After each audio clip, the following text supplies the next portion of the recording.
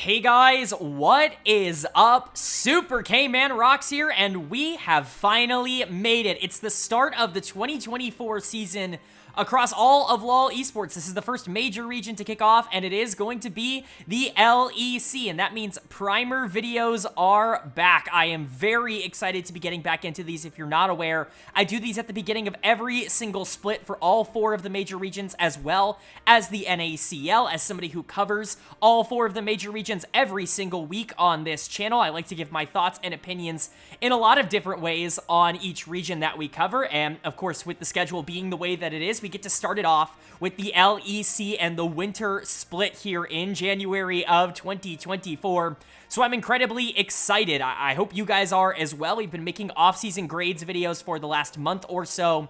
But it's finally time for, prediction, power ranking, preview, analysis, and I'm very excited to get into it. If you guys are as well, let me know down in the comment section below, but just as kind of if those of you who aren't familiar with the channel, who haven't seen these videos in previous years, it's going to be a little bit different this year. Maybe not the format so much as the way that I talk about some of these teams. I want this to be kind of a one-stop shop for those of you who might not be as familiar with the LEC, what to expect from a lot of these teams going into the winter split. You never really know how many people may have never watched, the league before, or maybe haven't watched in many years and only recognize a few faces. I want to use this video as essentially a way to, give you an idea of how all 10 teams are expected to perform, as well as, for the veterans who may be a little bit more familiar with not only my content, but like LEC stuff. For those people, I want to give them some more in-depth analytical analysis as well. It's going to be somewhere in the middle. You're going to be getting analysis on all 10 teams that gives you kind of a brief overview of what their expectations and their narrative is going into the split, while also giving in-depth breakdowns of all of the players, ranking them in their positions, and power ranking every single team in the league. So it should be a fun one. A couple of tidbits to go over, some house cleaning things to go over before we get into the video itself. I want to make it abundantly clear. This always gets lost in translation, and so I do have to do this PSA before every video. This is just my opinion. I'm pretty confident this video is going to get a lot of pushback, because my grades video got a lot of pushback. When I gave my grades for individual players, people were not particularly happy with, the way that I went in that direction for some players in particular, and, that's just always going to be the case. My opinion is not always going to match up with yours, but at the end of the day, it is just my opinion, but I do have to give some credentials. I've watched every single game of the LEC and covered them on the channel over the past 3 years, but I've watched every single game of the LEC and the EULCS dating back to 2014, and so I feel like I have a pretty good idea of the career trajectories of a lot of these players, but even so, I did a pretty good job last year in terms of predictions when it came to the LEC. It was a little bit worse than maybe some of the other regions where I got basically spot on in the other 3, but the LEC is always the most volatile, and that's certainly not going to change this split. I want to talk about kind of the scale that I use really quickly for the players. I'm going to be ranking them in terms of their positions, 1 to 10, while we go over these teams, and so you're going to get an idea of where a team has its strengths and where it has its weaknesses, but in terms of the power rankings, I do use a little bit of an algorithm, a little bit of a thing that it's not super technical. It's just assigning a couple of overalls to these players, assigning grades, averaging things out, trying to find a more analytical way to quantify my takes so I'm not quite as biased. I will say, though, I have overridden a lot of that in this video. I'll talk about kind of the true talent score as we go throughout. That's kind of what,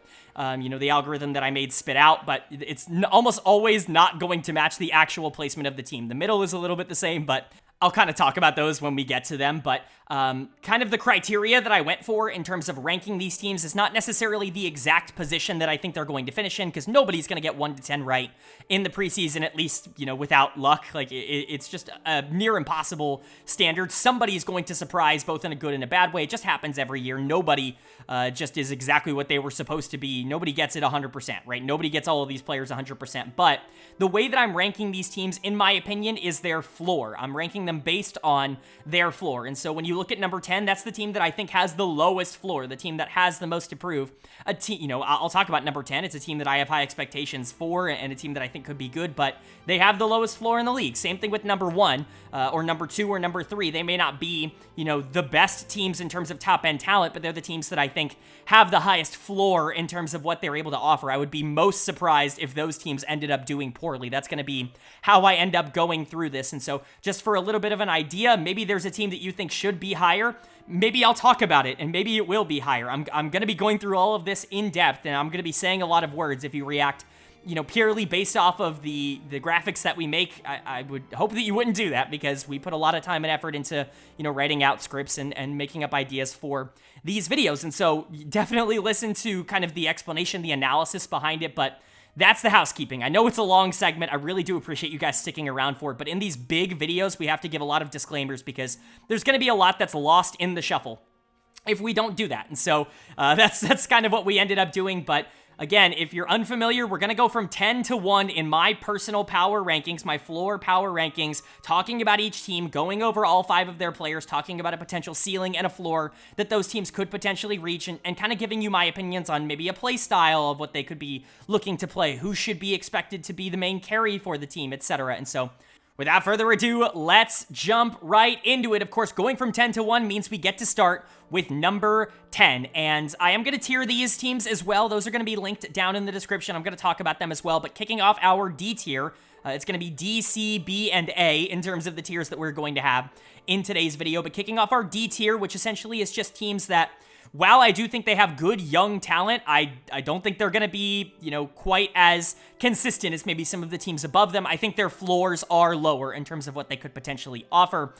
Worth noting that in the LEC this year, everybody is volatile. I mean, with the salary cap implemented, really, there's only one team that I'm confident is going to be good. All other 9 could be bad, but coming in at number 10 for me with the lowest floor and at the start of the D tier, it is going to be Mad Lions Koi, the new kind of fusion brand that we have here. Koi has pulled out of the Infinite Reality merger, and Rogue is back into the league. We will talk about them later, but Koi is now merged with Mad Lions, or at least has a partnership with Mad Lions, and man, they went in a pretty interesting direction this offseason. They went for a full reset after being a Worlds team for, the 3rd or the 4th year in a row coming out of the LEC here. This is an org that basically ever since they've entered the league in place of Splice has been incredibly successful and been incredibly dominant. They're a multiple-time LEC champion, including in the spring split of last year, but they did a full roster blow-up. Only 1 player from the team has remained, that being their jungler, El Yoya, and the other 4 members of this team are all coming from the ERLs, which is crazy. It's a pretty unprecedented move, I'll just say. Movistar is definitely, a big contributing factor, I guess you could say, in terms of why they would want to make this move. This was the team that dominated the Spanish League last year, made the finals of EU Masters, really did a lot of good work and played really well. And, they brought the players in from that team that I think they valued the highest and, filled the positions that they needed to. But still, it's a major risk to go from what was essentially a proven team with a lot of really talented players to essentially a complete gamble on a lot of this young, unproven talent. So we'll go ahead and talk about what you see up on the screen really quickly. Not only can you see all of the standings that the team hit last year, you can see their winter, spring, and summer records, as well as where they placed in the season finals. Mad Lions was the 3rd seed at Worlds, and so that ends up showing off there. But every single player that we're going to go through in today's video is going to be ranked in terms of their positions 1 to 10. Now, I have to be incredibly clear when I talk about this. I know it's more housekeeping, but again, people are going to misinterpret if I do not make a PSA at the beginning of the video. These numbers are very flexible. Like, I could have a player at number, 5, and you could have them at 3 or at 7, and honestly, I'm not going to push back even a little bit. If you're like, I can't believe you put this player over this player, and it's 1 spot, like, it's an argument that I'm probably not willing to die on. It's a hill I'm certainly not willing to die on. I can't be more honest when I say that these rankings are incredibly flexible, and it's not meant to be this concrete explanation, just more a general guideline of where I personally see these players, at least floor-wise, going into 2024. So that's an example. Also worth noting, some positions are just better than others. Like, not all positions are created equally. Being number 5 in the top lane right now in the LEC, or being number 5 in the mid lane in the LEC, is more prestigious than being number 5 in the support position in the LEC right now. There's just more talent at those positions at the current moment, in my opinion, going into 2024 than there is at some others. And so, just because 2 players are both at number 5 in different positions doesn't mean I think they're equal skill. That should go without saying, but it's a comment that I get every single year, and so I do have to make it, a point to say it at the beginning of this video. But, you know, with that out of the way, let's go ahead and talk about Mad Lions, because I do think they have a really, really interesting team to talk about. Their lineup is looking like Merwin in the top lane, Elyoya in the jungle, Frescoe in the mid lane, Supa at AD carry, and Alvaro at support. Again, only one member of a team that went to Worlds last year has returned. We just talked about it. This is an incredibly successful organization, and, you know, they've done this young overhaul before. If you think back to 2020, they did this, and it did work out for them. A lot of the players that they brought in there and in 2021 ended up working out. Elyoya obviously being a part of that movement, but he's the player we're going to talk about first here, because he's actually going to come in as my #1 jungler in the LEC. I think that's a pretty, I don't know if it's a bold take. I don't think it should be a bold take, because honestly, the only thing Elyoya has done up until this point in his career is prove that, you know, split over split, game over game, he's going to be an impact. He's not a perfect player, but he is about as close as it gets here in the LEC. There's a reason teams like G2 and Fnatic were clamoring for his resources at the beginning of last year. It's because he really is that game-changing jungler, and when Mad ended up keeping him, that was the biggest reason, in my opinion, why this team ended up continuing its success in 2023, being able to win another title in 2023, being at 2 international tournaments, was Elyoya. And so to be able to hang on to him and to build this full Spanish roster around your Spanish superstar, I actually think is a really big positive for this team. And, you know, I think it'll work for Elyoya. Clearly, he's committed to this, you know, rebuild style of team. I don't think he would have stayed, or he would have at least not been publicly unhappy, if this was a direction that he didn't want to go in with this organization. Clearly, he had a lot of say in which players ended up being brought in, but he is a phenomenal player. He can basically do everything you need him to do, and I think he is a big reason why there was optimism surrounding this team going into 2024, because it really is a bunch of unknowns around him, but he is a pretty good rock to have in the jungle position if you're going to be surrounding him with a bunch of rookies.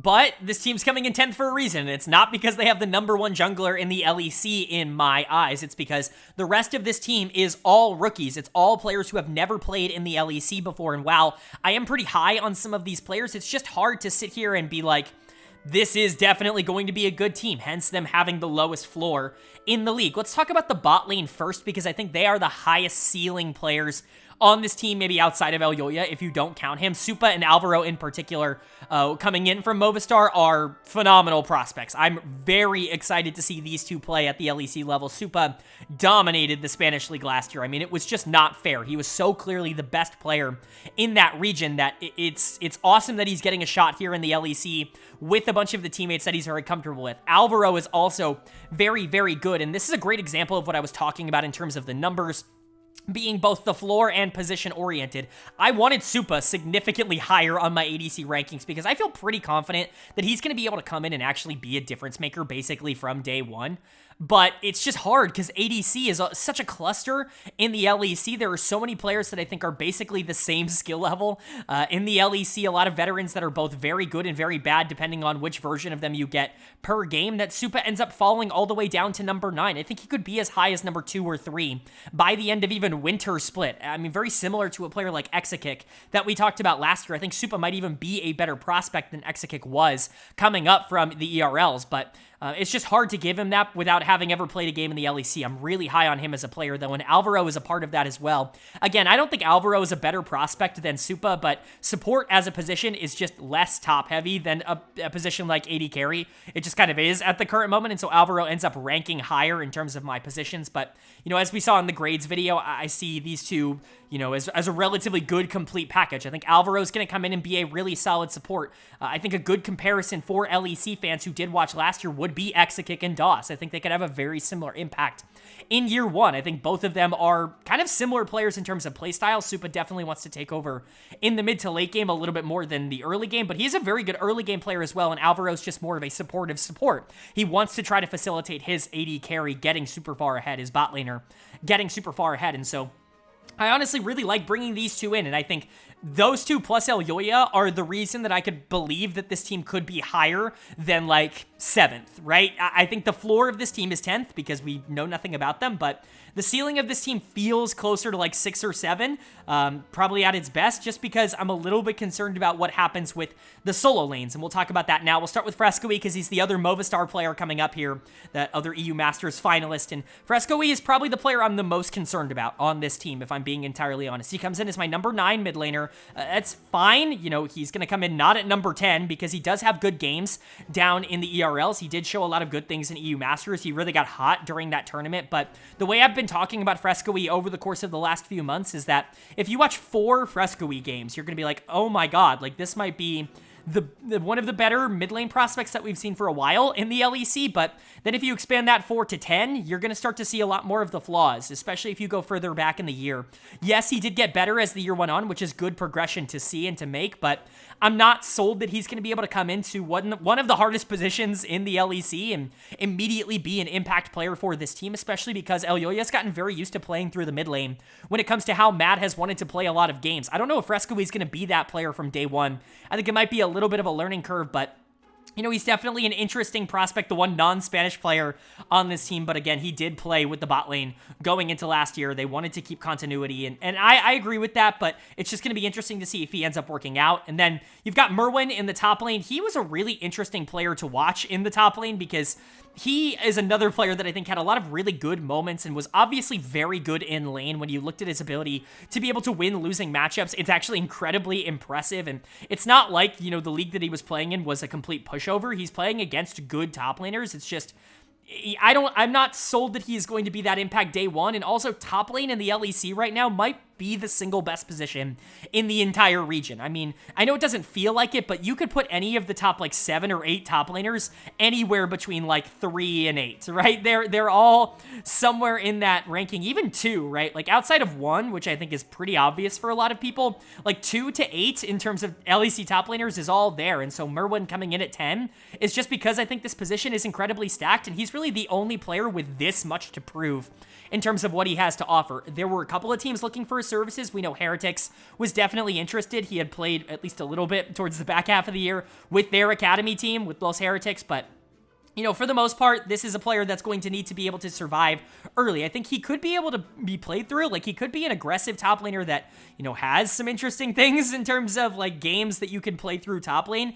It's just a very stacked and crowded room, and that concerns me with Merwin's, I guess, growing pains that I would expect, you know, realistically from him and from Frescoe, which is why I think this team does have the lowest floor in the league. Basically, every other team has at least some lane that I feel super confident is absolutely going to be good no matter what. I can't really say that about Matt. I can expect bot lane to be a really big positive for them, but I said something similar about Jack Spectra when it came to Heretics last year. We've seen really good AD carries come into the LEC and not be able to perform instantly. It's taken some time for a lot of them, and it could be the same for Supa and Alvaro because of just how good LEC bot lanes are. If that's the case, I'm not sold that mid and top are going to be able to pick up the slack, and then it's Elyoya and a bunch of goons, and that's basically what we saw with GIANTX in the winter and the spring splits last year. I think it could be a very similar experience, and so, you know, I do think the floor of this team is relatively low. I think it's definitely the lowest in the entire league, which is why they come in here at number 10, but again, their ceiling is relatively interesting, especially if this bot lane is as good as I think they could be. And now moving on to number 9, and it's still smack dab in the middle of the D tier. Again, a team that, you know, floor-wise, I am a bit concerned about. And this one's a little bit different because it's kind of the opposite of what we just talked about with Mad. It's a team that is pretty well-rounded outside of one position, but I'm very concerned about that one position. In year 1, coming in at 9 for me, it's going to be GIANTX, and this is definitely going to surprise longtime fans of the channel because I've kind of notoriously been high on Excel for many years now. It feels like every year I'm like, this is the year. This is the year where they're good. This is the year where they finally do something. They figured it out in the summer split. They made finals, and they were 1 series away from being able to make Worlds. So it didn't go all that bad for them last year, but I do think this team did get worse over the course of this offseason. I think they made some changes that were certainly surprising to me, and I think it might end up actually being a bit of a problem for them as we move into 2024. I just don't see a lot of optimism surrounding this team. This feels like kind of the bad version of them from last year. So let's go ahead and talk about why. Their lineup is Otoamne in the top lane, Peach in the jungle, Jackies in the mid lane, Patrick at AD carry, and Ignar at support. 4 veterans and then a rookie in the mid lane, but, you know, the rookie is certainly a concern for me, which I will talk about. But let's talk about the veterans. First and foremost, you're bringing back 3 players from this Excel team that was 1 game away, might I add, from going to Worlds last year. They went to a Game 5 with Fnatic in the season finals. They beat Fnatic in the summer split playoffs. This was a good team last year, and they did bring 3 of those members back, but Individually, I'm not sold that these players are like dominating forces. The player that I feel the most comfortable about is, of course, Otoamne on the top side. He got better as the split went on. He actually was really good in winter, even when this team was struggling a lot. It's just the rest of the team was an absolute disaster. And then in spring, it really did feel like he had started to mentally check out as this team continued to lose.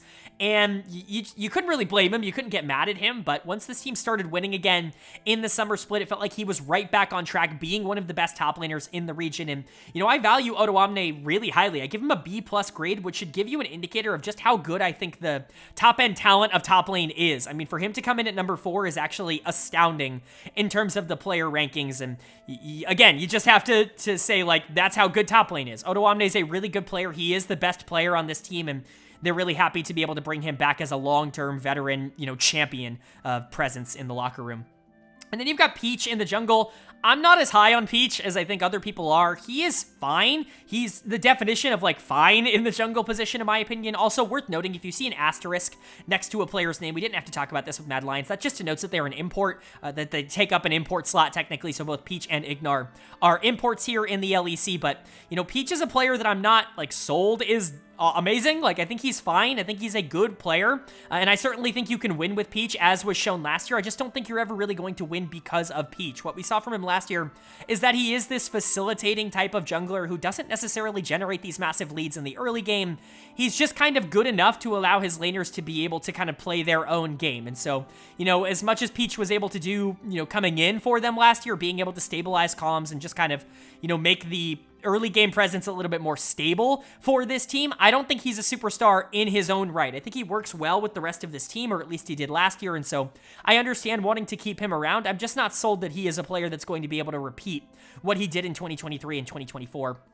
And then you're bringing Patrick back here. Patrick, at points in time, has been like the biggest channel darling coming out of the LEC here. I've always been in love with Patrick's game. I think that he is a really, really mechanically talented player. He reminds me a lot of, like, I guess the example would be Aiming over in the LCK for my LCK fans. He's a very similar player to a player like Aiming, where his early games can sometimes be non-existent. He can sometimes just be so passive in the early game, allowing the enemy to get leads and kind of just getting snowballed out. But if he can get to the late game, if he can get to the part of the game where he can team fight and play this front to back, and if he has peel, he's one of the best players at that style in the LEC, if not the single best player at that style in the LEC. It's just a very polarizing style of gameplay. We saw, you know, kind of what happened with Neon. Neon's a very similar player in that same mold, not a very good laner, but a very good team fighter. Kind of get pushed out of the league because of it. I think Patrick is a little bit more talented than a player like Neon is, but Patrick also has pretty big flaws in his game. He is very passive in terms of his mentality. He probably is the most passive AD carry in the entire region in terms of what he is going to be willing to do. And I just don't think that benefits this team all that much. Again, I don't think he's a bad player. He has been, you know, a top 1, top 2 AD carry in these rankings for many years leading up to this point, even when the teams that he is playing for is not doing well, because basically every time he's played, you know, for a bad Excel team, he's been the one that's been winning games for them. But I think last year was kind of the straw that broke the camel's back for me to say that he's a good AD carry. He's just not a great AD carry, and I think that's why he lands as the number 5 for me. And so those are the 3 players you're bringing back, but to pair up with Patrick, you're actually bringing in a support coming off of kind of a career resurgence year in Ignar, coming over from the LCS, from NRG. He was a champion in the LCS, brought in on that team, and immediately won Summer Split, but we have to remember that that's coming off of the worst years of his career by a pretty large margin on Dignitas, on Immortals. He was really, really, really, really bad before he came over to Energy. He was really good for Energy. Now, it also is worth noting he was kind of bad at the start of the split for them. He got better every single game. It felt like he got his confidence back, and he was starting to play that more aggressive style that we had known Ignar for,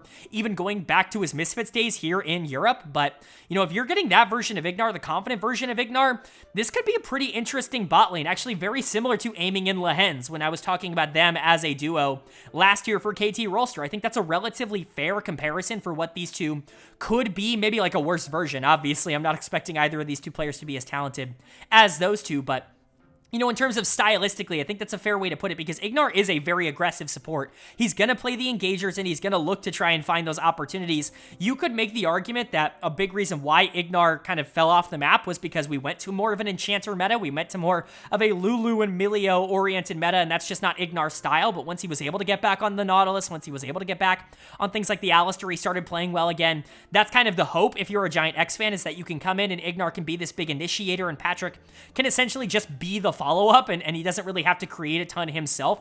That's why you're bringing in a player like Ignar, but I would be lying if I said that there wasn't a part of the floor that I'm a bit scared of, because he hasn't been very good, and he has shown that he does kind of adapt to the team strength around him. When he's on bad teams, he plays bad, and when he's on good teams, he plays good, and, you know, I'm not sure that the rest of this team is constantly going to be able to be winning every single game on their own.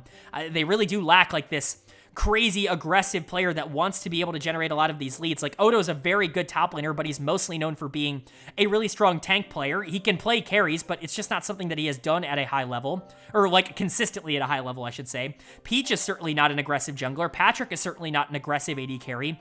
Ignar kind of has a lot of the onus to be the playmaker, the creator for this team, and I'm just not sure that that's a good recipe for success. And then, you know, where I really start to get concerned is Jackie's in the mid lane here. He is graded out currently as the worst player in the LEC in terms of, like, current grade. Now, his potential is there. I'm not going to lie. Like, I understand why they went and picked him up. I was expecting, you know, I said this in my grades video, I was expecting to see really bad tape. When it came to Jackie's, I was expecting to go in and see someone very raw and very unpolished, but he was absolutely one of the best players in the Czech League, and it wasn't particularly close. Like, he was just better than everybody else that he played against there, but I worry about that. Like, the Czech League is not a tier 2 league in terms of, you know, Europe. It's kind of a tier 3 league in terms of what it actually offers. You're not seeing a lot of players go from a league like that to directly being a difference maker at the LEC level, which is why I think he does come in as my number 10 ranked mid laner. And that's a pretty bad position to have the number 10 player in. Again, I talked about the algorithm that I kind of have to rate these players. It does take into account the strength of position in terms of, like, if the average of a position is at a certain place, if you're significantly below that average, that's going to be taken into account in terms of your team's overall score. And so to have the worst mid laner in the league, and pretty clearly, in my opinion, the worst mid laner in the league going into the year, like, that's a problem. And again, talking about some of the playstyle differences, like, it's a bit of a concern that, you know, I don't really see a lot of creative playmakers on this team. I see a lot of really good secondary carries. I see a lot of really good facilitators, but nobody on this team that I really feel confident is going to grab the league by the horns and just kind of push it forward. That kind of was Abadaga for this team last year, and I just don't think they have that anymore. I would not expect Jackie's to be able to come in and be as good as Abadaga was for this team, which is why GIANTX comes in at number 9. Again, could I see this team doing better? Absolutely. They graded higher. This was an override. They graded in at number 8 instead of number 9. But I put them down here at number 9 because personally, from a playstyle perspective, I don't really believe in this team. And so they're going to have to prove me wrong, but you know, with the merger with Giants and, you know, retaining a lot of the players from Excel last year, I could see a world in which this does end up going well in that same vein. Odo and Patrick are very good players, and I could just be wrong about Peach. Maybe Ignar is, you know, as good as he was for Energy, and Jackie's can come in and kind of be eased in and really grow with this team. I think that could be a very good avenue. Again, I think the LEC is super variable in terms of where these outcomes could lie. I'm just not nearly as excited about this team as I am for some of the ones that are going to be listed above them here. And now we're moving on to number 8, and this is going to be the top of the D tier for me. Again, I have to specify, D tier is not some sort of negative, and it's not some sort of indictment that these teams can't even make worlds. Like, any team here in the LEC could be a top 4 team, genuinely, but it's more so an indicator that their floor, in my opinion, is a bit lower than maybe some of the other teams in the LEC. They have more to prove, and you know, if I wasn't getting dislike bomb before, I'm probably going to get dislike bomb now. Coming in at number 8, it's going to be Karmine Corp. It's going to be K Corp coming in at number 8. And I know K Corp fans don't want to see this. I've seen, you know, players, you know, in the league and other analysts put this team as high as like 2 or 3 in terms of power rankings. I'm just not sold on that yet. There are a lot of assumptions and, you know, things that have to be, you know, taken into account in order for that to be the case. And it's not even just, you know, the K-Corp players that are coming in. It's not even just Cabo, Seiken, and Targamas. it's the Vitality players that are coming in and have continuously underperformed at a lot of different stops, specifically Bo in the jungle, which we will get to. I am certainly not as sold on him as a player, and in my opinion, he is the biggest question mark on this team heading into 2024. But let's talk about it. Their lineup in 2024 is looking like Cabochard in the top lane, Bo in the jungle, Seiken in the mid lane, Upset at AD carry, and Targamas at support. You know, all of these players at some point or another have obviously played in the LEC, but, you know, for 3 of these guys, it's kind of a homecoming on an org that finally they're here. Like, if you haven't been following the LEC, K-Corp is new this split. They are coming in and replacing Astralis, and about damn time. I mean, it's a long time coming. The amount of off-season rumors that we've heard year after year of this organization finally joining the top league after having such a fan base down in France. It's astounding that it took this long for them to be able to get into the LEC, but I think this is good for both the league and obviously for the team to finally be in the top flight of Europe. I think that it's a really, really good thing, and for them to be able to bring along, you know, 3 of the players that have been big pieces of this organization while also accenting that with a couple of, you know, really interesting LEC talent players. I think it's a really good offseason for them, as I stated in my offseason video, but again, there are a lot of question marks about whether or not this team is going to be able to perform in year 1. I think the variance on this team is just about the highest in the entire league. I could see them finishing, you know, top 3, you know, being a Worlds team if everything goes right, if Upset and Targamas are great, if Bo is who he was for bits of last season. But I could see this team being 10th. I absolutely could see this team being 10th. And that's even with players like Cabo and Seiken being fine, because I could see jungle being a problem, and I could see bot lane being a problem for this team. And so let's go ahead and talk about it, starting with the players that are staying on K-Corp. And of course, also the records that you see here for Winter, Spring, and Summer in the season finals. That's all Astralis.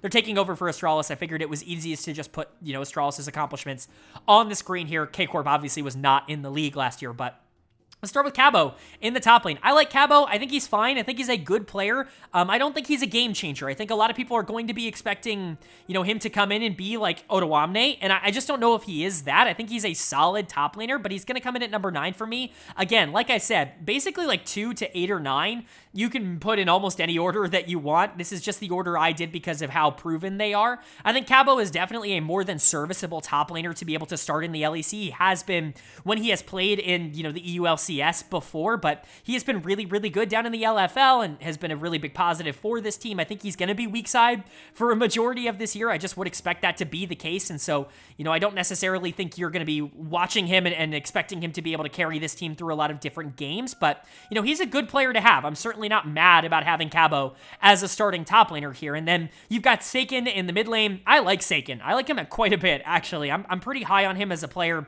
I don't know if he's going to be a superstar in the league. I don't know if he's going to be able to come in and be this like game breaker that, you know, some of the other mid lane prospects, you know, could potentially be. But, you know, of all of the rookie mid laners coming into the league, which we've already covered all 3 of them, he is the one I easily have ranked the highest. He's definitely coming in above both Frescoey and Jackie's, and I don't even think that's really all that up for debate. Every other mid laner in the LEC is very established, and so it's just hard to break into that top 7 without having played like more than 4 or 5 games at the LEC level. And obviously it's unfortunate that he doesn't qualify for a rookie because he's played in 2 different splits, but, you know, he's a good player, and I would expect him to come in and be solid. Actually, very similar to what I just said about Cabo. I don't know if he's going to be a game breaker year 1. I think he's probably going to eventually be a really solid mid laner, somebody who could be on the same level as a player like, I don't know, even someone like Larson at his absolute best. Like, if you're looking at like a ceiling, I think that could be what Seiken could eventually turn into. I just wouldn't expect that to happen immediately. That's why he's going to come in at number 8. But again, I'm pretty high on him as a player, and I think he could do well.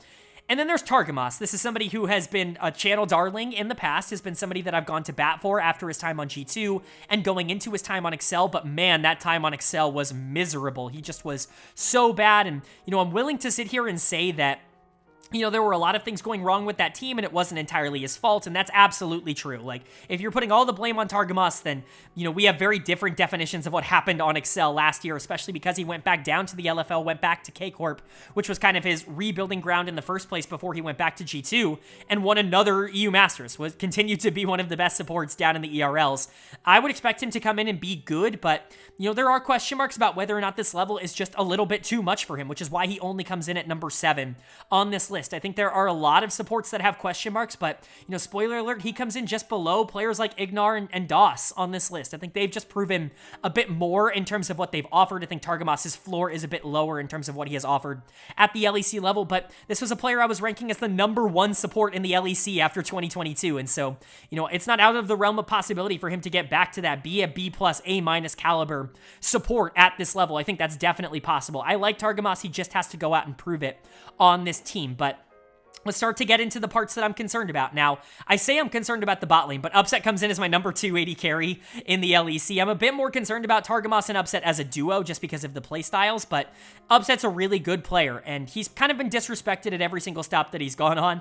Fnatic, he got completely ousted from. He did not deserve a lot of the narrative that was there surrounding him. Obviously, the World stuff happened, but he was the reason that that team got to Worlds in the first place that year. He was easily the best player on that team, and, you know, he continued to be a really big anchor for Fnatic for a long time. He obviously went to Vitality last year, midway through the year, and they actually performed really well when he first got to that team. He was really the catalyst that kind of sent them back into where they wanted to be. He replaced Neon, and they immediately went on and, you know, were a team that got out of the group stage as one of the top seeds from their own group, and then unfortunately weren't able to get more than 3rd place, but still, a 3rd place is pretty darn good in the LEC. They had an opportunity to potentially make some things happen in the season finals, but they just collapsed down the stretch in the summer split, and it happens, but I can't blame Upset for all of that. I still think Upset's a really good player. He's one of the more proven AD carries in the LEC. Like I said about the AD carry position, it's a lot of players who will have both good games and bad games. I think Upset has less bad games than a lot of the other AD carries that we'll talk about at this position, and so he's going to come in as #2, and I think this bot lane could actually be really good if everything works. I think Targamas is a really talented player, and Upset obviously has talent out the wazoo, and so, you know, if you're looking at this, this could be a top 2, top 3 bot lane in the LEC if everything goes right, and if that's the case, I do think K-Corp is going to be like a borderline top 4 team in the league. That's really going to be your question, but the big concern for me, and I've talked about this on the channel, is Bo in the jungle. I'm really not a big fan of Bo. And I know that might be a little bit of a controversial statement, and I know a lot of K-Corp fans might be mad about hearing that, but this is a player who was actively the biggest detriment to his team of anybody in the LEC all of last year. He had a couple of really, really good games. When he was playing well in winter, he looked like the #1 jungler in the LEC. When he was, you know, playing well in spring, he looked like the #1 jungler in the LEC, but basically all of their pivotal losses are because of Bo. Nobody, and this is not up for debate, nobody loses harder in the LEC than Bo does. You will not find a player who is more likely to have 12 or 13 deaths in a pro game, in a professional League of Legends game than Bo, and it just is what it is, right? His volatility makes the team about him, and honestly, that concerns me. I tweeted this out when they signed him, that, you know, Cabo and Seiken are really interesting players, and bringing in a player like Upset who's very resource-heavy with Targamas, like, you want to play around Seiken, you want to play around Upset. I don't think you're going to have the luxury of being able to do that with Bo on this team. If Bo is on a team, you play around Bo. It is now Bo's team. That has been every single team that he has played for, even going back to his LDL days. That was how he always performed then. He is the main character of every single team he is on, and I just think that K-Corp honestly deserves a bit more for this roster. I really like the pieces surrounding this team, but I think Bo is a big reason why this team comes in at #8 for me, because genuinely I could see this team bottoming out at #10 purely because Bo just runs it down. Like, that is a real outcome that I could see absolutely happening. I could see this team getting #2, hell, even like #3, #1, I guess, maybe. I don't really see that, but, you know, #2 around about in this league if Bo is, you know, controlled, and if he can play around his laners, and if he can enable a lot of these really, you know, solid players to actually be able to do their thing, because mechanically speaking, he might be the most mechanically talented player in the entire region. It's just impossible to predict that that's going to be the case for the entirety of the year. You can basically expect there to be a 3-week stretch in the regular season where Bo just completely runs it and this team gets 10th because of it. It just is what it is. It's what happened to Vitality last year, and so I'm very concerned about, you know, kind of the fit on this team. I think stylistically, I don't really like the way that Jungle fits in with the rest of this team. If it was a bunch of more passive players, if Bo was on Excel or GIANTX, I would honestly feel better about that, because at least it's a team that wants direction and wants an avenue to be able to play through. But K-Corp has players to play through, and I just don't think they're going to be given that opportunity because Bo is just such a resource-heavy player. That's what I would predict going into next split. I hope I'm wrong, K-Corp fans. I know you're going to be very active in the comment section, just as you are in the reply applies to every tweet, but, you know, it just is a bit concerning to me, and I hope I'm proven wrong. Now we're moving on to number 7 in terms of my power rankings, and this is where we're going to start the C tier. The first 3 teams were all what I described as D tier, which is teams that, you know, I think truly have, like, flaws. Like, teams I think realistically could bottom out if everything goes wrong this year. Again, we've talked about how those teams could also do really, really well if everything goes right, but I would be more surprised if teams in this C tier ended up bottoming out. Now, I think it's certainly possible. I think at least one of these teams will be really awful, because that's just how the LEC ends up going, but these are teams that I think have a lot of really good established talent, and I'm not going to lie to you, this is the biggest segment of the entire video. I mean, C tier is the biggest tier by far. It encompasses 3 to 7, as a little bit of a spoiler alert, so most of the LEC falls in this tier, and this is essentially teams that I think are good, but are they guaranteed to be like Worlds teams? Probably not. I would expect probably 2 of these teams from 3 to 7 here to end up making Worlds next year. I just don't know which 2 it's going to be. And coming in at number 7 for me, and at the bottom of that tier, the team that I think is probably the least likely out of all of them in terms of upside is SK Gaming. I think this is a really, really fun team, and I think there is a lot of reason to believe that this might actually be the year for this organization, but there's also a lot of reason to believe that it's SK Gaming, and they're perennially going to be 6th or 7th across every single split that they play here in the LEC. They were pretty decent last year, certainly better than I think everybody not named me expected them to be. I was really high on them going into the year, and I'm glad to see that that ended up paying off, but they went in a different direction for their jungle mid this year, bringing back their bot lane and their top side, and you know, I really like this team. I think they're actually really, really solid. So let's go ahead and talk about it. Their lineup is Irrelevant in the top lane, Isma in the jungle, Niski in the mid lane, Exakick at AD carry, and Doss at support. Bringing back your top lane and your bot lane, I think, is a good idea, specifically your bot lane here. Exakick and Doss, I think, are really the big reason for optimism surrounding SK, because I think that, you know, it would be weird. I think a lot of people aren't going to be predicting this team to be like a Worlds team. I've seen this team ranked as low as like 10th. I think that's absurd. Like, I think you're actively just taking the piss there. I would honestly be very surprised if this team was genuinely bad, because Exakick and Doss are really, really good. Like, I know people don't like Niski. I know people have a low opinion of him. Maybe people aren't as high on Isma now that he's separated from the rest of his Movistar teammates, although I disagree with that, but absolute worst. Like, Exakick is a really, really good player. At times last year, he was kind of the breakout AD carry, and I have him as high as number 4 in terms of my AD carry rankings going into 2024. I think he will continue his upward trajectory. I just really like the way he plays. He's aggressive in the early game, but not so overly aggressive that he's going to give over advantages to the enemy team if he doesn't play perfectly, but he's also very stable in the late game as well. He's just a really well-rounded AD carry, and honestly, I think he's one of the better ones that we have in the LEC. So I'm really excited that this team was able to keep him, and obviously bringing Doss back, as I assume, you know, Exakick would want, is a good decision as well. It looked like this team was moving in a different direction when it came to supports. You know, a player like Zoelis, who ended up landing on Rogue, was rumored here for a while, but Doss ended up being the one to stick around, and these two have great chemistry together. They were brought up from LDLC together for a reason, and it's because they like playing with each other. And honestly, Doss was significantly better last year than I and pretty much everybody else had him pegged to be. Like, I think we all thought he was going to be the worst support in the league, and he was only brought in to be essentially Exakick's sidekick.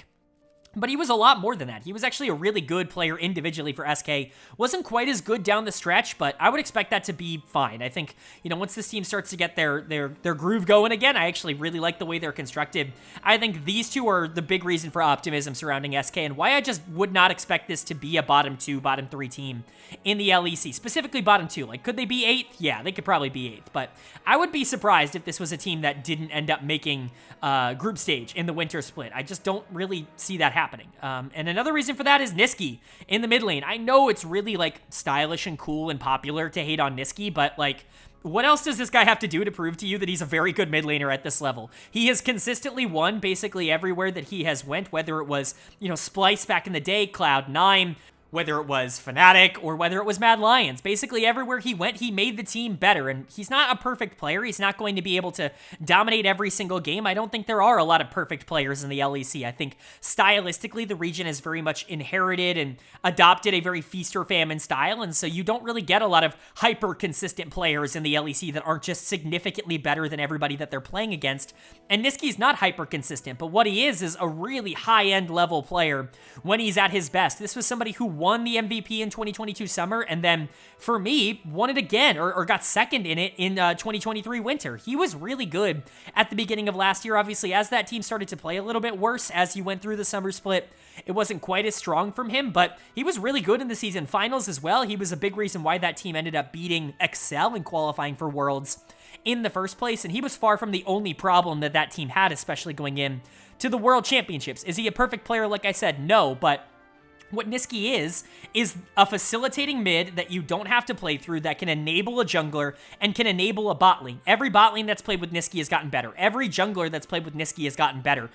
There really is a correlation here when it comes to this, and I really think that that's going to be very positive for what is essentially a very young team outside of Nisqy and maybe Irrelevant in terms of experience. Obviously, you know, age is a number in esports, but in terms of experience at the highest level, Nisqy and Irrelevant are really the two most veteran players. You've got a rookie jungler, and you've got a second-year bot lane. Having a player like Nisqy on this team, I think, will be a really big positive. And then you have Irrelevant in the top side. We'll get to Isma in a second, but it just shows you how good top lane is in the LEC, that Irrelevant comes in at number 8, because I really like Irrelevant. I've talked about liking Irrelevant a lot on this channel. He is basically the pinnacle of, like, safe, reliable top laner. He can win you games. You can play through him on carries, but for the most part, he's been asked to play weak side. He's been asked to play tanks over the course of his entire career, and he's done a really good job at that. And for him to come in at number 8, like, again, that should just show you how good top lane is in terms of the LEC. I think it's the strongest role in the region at the current moment.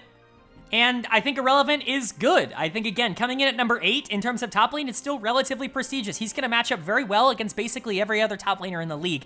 Do not look at him coming in at number 8 in terms of my rankings as a weakness for this team. He is not going to be a weakness for this team. He's going to be reliable and stable on the top side, and he's going to allow a lot of the other players on this team to kind of do what they want to do. And so, you know, I really like him being here. And then you've got Isma in the jungle. I'm much higher on Isma, I think, than other analysts are. And I think that's really where the big disconnect is I think Isma and Nisqy are going to be a really good jungle mid duo. Again, you see other people placing SK in 10th place, and I would be stunned if that does end up being the case, because Isma is a really interesting young jungle prospect. He was a lot more important to that Movistar team than people give him credit for. Obviously, Supa and Alvaro were the carries, but I thought Isma was definitely the one that was facilitating them to be able to do that the most. His early games were awesome last year, and I think that might even be better here on SK. If him and Nisqy have good chemistry, I could see this actually being one of the more interesting jungle mid duos in the league. Now, I do think there are concerns with Isma and Nisqy as a duo, because I think there is a world where, you know, Nisqy's this big facilitator, somebody who doesn't need a lot of resources, and Isma might just not be good enough. Again,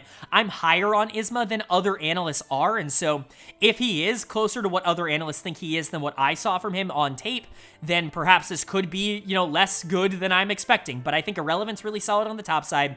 I think Exakick and DOS are really, really good as a bot lane. I think they're really fun to watch, and, you know, even if Isma is, like, just fine, I think there are a lot of other opportunities for this team to win games. I think when you're looking at what to expect out of SK, I think a really good bot lane, a really solid mid lane, a really solid top lane, and then a variable jungler, that's better than anything we've talked about up until this point, in my opinion. And so for SK, they're going to come in at number 7. I think their ceiling is you know, top 4. I think they could be a Worlds team if Exakick takes that leap forward, and if Nisqy continues this trend of just making everybody he plays for better, specifically Isma in this case. But I could also see them dropping down to 8th, maybe even like 9th or 10th if everything goes wrong. I just would be more surprised if that happened to SK than any of the 3 teams we talked about before. This is a fun team, and there's a reason that they're a tier above the bottom 3, in my opinion. Now we get to jump into number 6 in my rankings. Again, we're still in the C tier. Not much has changed there. And honestly, I think, you know, 7 and 6 are pretty close to each other. I think it's a little bit of a cluster. And then, you know, 3 to 5, I think, are probably a little bit more of a cluster of its own. But coming in at number 6 for me, it's going to be Rogue, and I like this Rogue team. Honestly, I think I like it more than other people do because I really like this jungle mid duo. I'm not going to try and build up some suspense. I think the top side of this map is actually really, really good, and one that can compete at a pretty high level, but it's not like there aren't question marks as well. People are going to be shocked with how low I rank this bot lane, and I think that's going to be a trend. But again, as somebody who watched every single game of the LEC last year, there's simply no other ranking that I could possibly give this bot lane, and so even with some controversial takes here, let's go ahead and get right into it. Their lineup in 2024 is looking like Shigenda in the top lane, Marcoon in the jungle, Larson in the mid lane, Comp at AD carry, and Zoelis at support.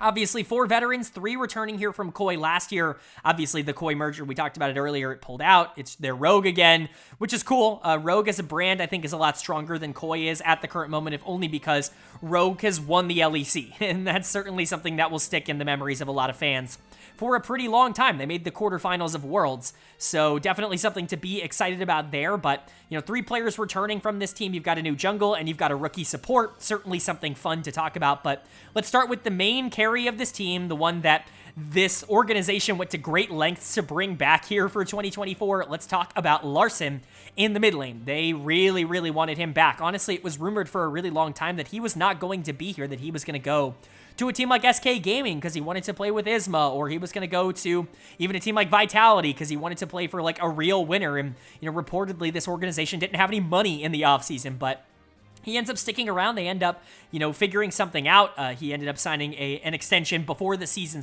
before the offseason ended up starting, and that ended up being good. That ended up working out for both of these teams because I do think Rogue ended up turning into a really fun roster here. And a lot of that is because of Larssen. He's going to come in as my number 2 mid laner. In the past, I've been accused of being too low on Larssen, not ranking him high enough. It's funny because my opinion of him as a player really hasn't changed at all. I just don't think I feel as good about a lot of the other mid laners in the region as I did, last year per se, when he was, I think, like number 4 and number 5. In terms of my mid lane rankings, I just think a lot of the other mid laners that were ahead of him at the time are just too volatile and have too many bad games for me to say, like, guaranteed, they're better than Larssen, right? The big positive of Larssen as a player is just how consistent he is as a player. And I think that works really well with the rest of the roster that's surrounding him. This is a very consistent team, maybe outside of the bot lane, like I said.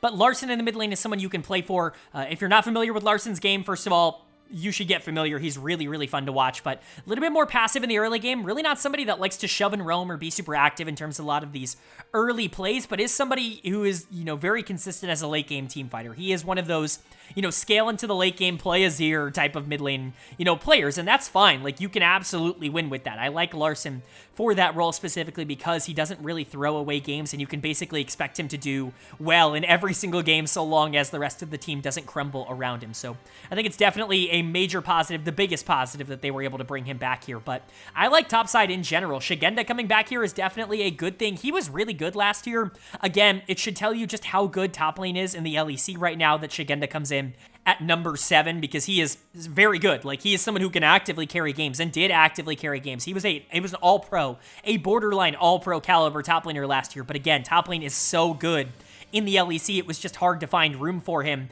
higher up on the list. I like Shigenda a lot. He's somebody who does actually really well with resources. There aren't a lot of top laners that get a ton of resources in the LEC, at least consistently, but Shigenda is one that I think did a lot of the early game last year, and he did a really good job with it. He is a player that I really like a lot, and I think he could skyrocket up these rankings if, he continues to be really solid. Moving into this year, it felt like he got more comfortable playing back in the LEC last year, game after game after game. If that continues, if he can grow into like a consistent top 2, top 3 top laner, like if you've got a top 2, top 3 solo lane duo in the league, that is massive for this team, and that completely changes the trajectory. That puts them a lot higher on this list. But the other player that I really like here is actually going to be Marcoon in the jungle. He's going to come in as my number 6 jungler. Again, jungle's pretty solid, and Marcoon is a very solid jungler. You can almost at this point consider him a channel darling. He's somebody that I hyped up a ton when he was on Excel. He was kind of the standout player from Excel in 2022 when everything was going wrong. Patrick and Mickey were not playing well together. I wasn't a huge fan of Nuke Duck and what he was doing. Felt like top lane and Finn was just like, one game he was great, and most of the other games he was bad. Marcoon was the player that was keeping that team alive. He goes over to SK Gaming with very low expectations, but I was still really high on him as a player, and honestly, he was great for SK last year. He was a big, reason why that team overperformed in the winter split. He was one of the best junglers in the league in winter, and while he wasn't quite as dominant throughout the rest of the split because his laners weren't winning as much, I still think he showed a lot of the good things that he has shown over the course of his LEC career. He is a really solid LEC starting jungler, and to be able to just bring him in with reportedly like no money to spend, like if he's on a league minimum, that's huge. Like that's massive for this team, and I'm honestly shocked that they were able to get that. I think Marcoon and Larssen could be a top 3 jungle mid duo in the entire league. Like that's genuinely where I think this could land, and especially early on in the year, both of them are so consistent, and I think they both have a very good idea of how they want to play the game. Marcoon likes to play fast early and Larson can, you know, support that and be a little bit more consistent and be that insurance policy as we get to the back half. But both of them are phenomenal team fighters, some of the best team fighters in their roles in the region. I think it's a really good combo, and with Shigenda, you know, being a strong point on the top side, there's a lot of reason to like the top side of the map for Rogue, and like that's a world's top side. Like genuinely, I believe that, but the concern is the bot lane, and you might not believe that if you're just looking back on 2022 Rogue, and you're like, but Comp was the best AD carry in Europe in 2022, and he absolutely was. I'm certainly not going to dispute that. He came in as my #1 AD carry in the LEC at the beginning of 2023, but man, was 2023 not a good year for Comp. And this is the biggest concern for me because not only was he bad last year, like not only did he individually play poorly, not only were his mechanics significantly worse, not only was his decision-making very bad, but the problem was that like he took over games, both for good and mostly for bad. Like I said this week after week. I got almost tired of saying it on the weekly reviews that I did for the LEC, but Koi was entirely dependent on Comp. If Comp played well, Koi won. If Comp played poorly, Koi lost. And if that's, you know, what you're hanging your season on, that's not good, because I like this top side, and you know, Comp being very, you know, volatile is the word that I continuously use on this channel. Comp being very volatile is scary for a team that I think is pretty consistent outside of that, because if his volatility is actively going to win and lose this team games, then really the top side of this map being good doesn't matter all that much, which is why they fall here to #6. I genuinely think they could be even higher if Comp gets back to that form. If Comp is 2022 Comp, this is a top 2, top 3 team in the LEC. I don't even think that's really all that up for debate. This is a really good team if Comp can figure out that 2022, but it's also worth noting that that year was a bit of an outlier. He was not very good before that year, and he wasn't very good after that year. And so if that year does continue to show itself to be a bit more of an outlier with better teammates around him, and he's just this lower tier AD carry in the league that is just a little bit of a detriment to his team, then, you know, Rogue's going to be struggling, I think, to be even a top 6 team. I think, you know, this is probably somewhere in the middle of the outcomes that I would expect for these two. I think there is some positivity because you're bringing in Zoelis to play support, and, you know, he's a little bit of a wild card. I like his tape a lot. It's very weird because he played for an LDLC team that was not good in their final year in the LFL. Like, that team was really bad, and they weren't winning games, and they didn't really have a lot of avenues to play through, but Zoelis was clearly, like, better than the players that he was playing with, and so you have to take that into account. But, you know, he's really raw as a player, and he really has not a lot of experience, like, winning games, and that's kind of what you need your support to be able to do. And so, yeah, is there a world in which this bot lane's, like, bad? Like, Comp was really good when he had Trimby, and then Trimby started to play bad, so they got rid of him for Advienne, and Advienne was not good either, and so you're bringing in a rookie here who he was on a really bad LFL team. Like, do I expect this bot lane to turn around? Honestly, I would err on the side of no. I'm more so expecting this bot lane to be towards the bottom of the league, but I like this top side enough to be able to push this team into top 6. I think it's more likely that this team ends up somewhere around 7 or 8 than they do around 3 or 2 or 4 or somewhere in that area.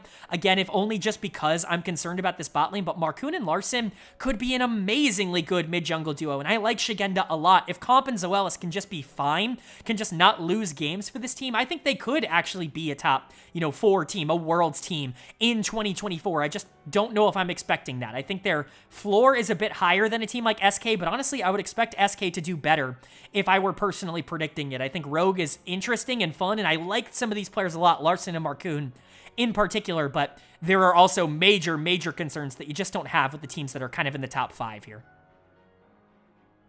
And now we're moving into the top 5. Like I said earlier, you know, this is still C tier. I don't think it is worthwhile to say that there is a massive gap between the two, you know, tiers of teams that we just talked about, but I do think there is a half jump. Think of a half tier step. This is like B and a half, if you will, moving up from #6 to #5 here, and kicking us off. And my final team outside of the top 4, which is obviously very important for format, is going to be Team BDS. And I know some people are going to put this team lower, some people are going to put this team higher, but for me, they come right in the middle of the LEC standings. I think this is actually a really good team. I mean, you're retaining 4 of the 5 members that made Worlds. Last year, a team that finished 2nd in the spring split was 1 game away from winning spring finals, and while they weren't quite as dominant in summer after that, and they weren't quite as dominant in the season finals, we saw that they could actually be pretty good at Worlds when they were relatively fine. You know, they were a decent enough team at Worlds, and you know, a lot of these players did end up showing growth. And so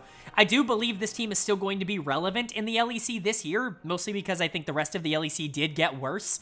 But I do also think BDS got worse. They made one change this offseason, which I'm still perplexed by.